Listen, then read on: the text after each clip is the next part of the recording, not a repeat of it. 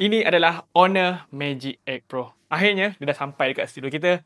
Jom kita unboxing. Alright, so kalau tengok beli kotak ni, Honor dah hadir dengan wajah yang baru, warna yang baru juga. Sebelum ni warna hitam, kini dah warna yang lebih fresh lah berbanding yang sebelum ni. Okay, so ini dia smartphone dia. Right, terus tengok dia punya design.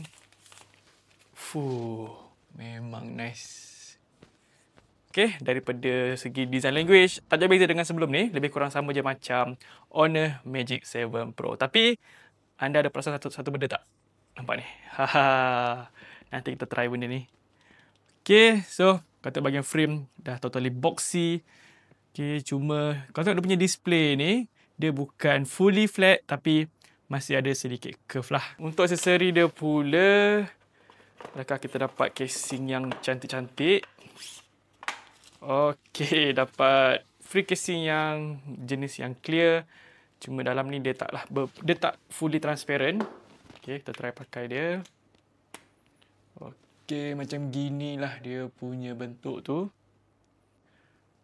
Okey, nice. Punya casing pun rasa solid and dia punya PSU ni besar gabak ni.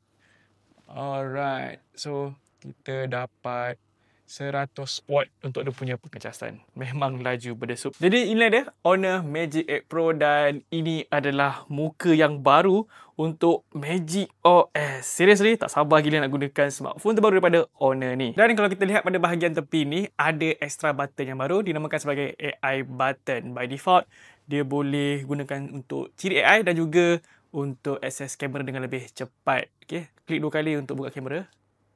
Right, so kita boleh klik sekali untuk capture. Zoom in, zoom out pun boleh and sangat smooth. Jadi, stay tune untuk video lebih detail tentang Honor Magic 8 Pro.